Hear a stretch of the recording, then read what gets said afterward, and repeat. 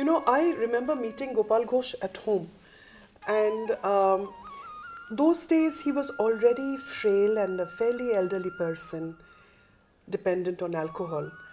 Yet when he came over, and he came over home and he sat and he chatted with my parents, he would always whip out a sketchbook, and he would sit there and make these fluid sketches, often with just a sketch pen. And I have some of those sketches, and when I look at them, I remember this man, dhoti, kurta, sitting there, concentrated always on the paper before him, focused as he was drawing, as he was sketching. When it came to landscapes, or when it came to seeing India firsthand, he decided to take a cycle and ride down the streets and the highways, seeking, a first-hand experience of the country.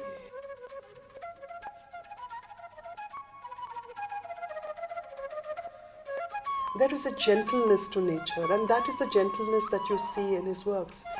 A bird perched on a branch with some clusters of flowers, for instance, is done with pastels, and that is another thing that Gopal Ghose was able to use so brilliantly.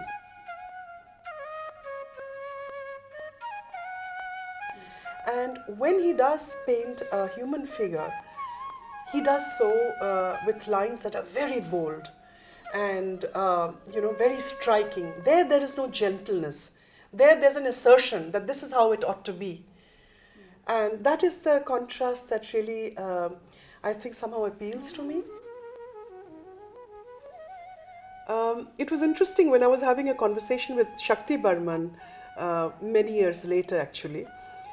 Shakti Barman mentioned that Gopal Ghose was one of his teachers in art school. And he had this to say, that when the other artists were, very busy teaching them academics in classrooms, Gopal Ghose would take them out on these study tours. And they would look at him enthralled as he would be sitting there and painting his landscapes.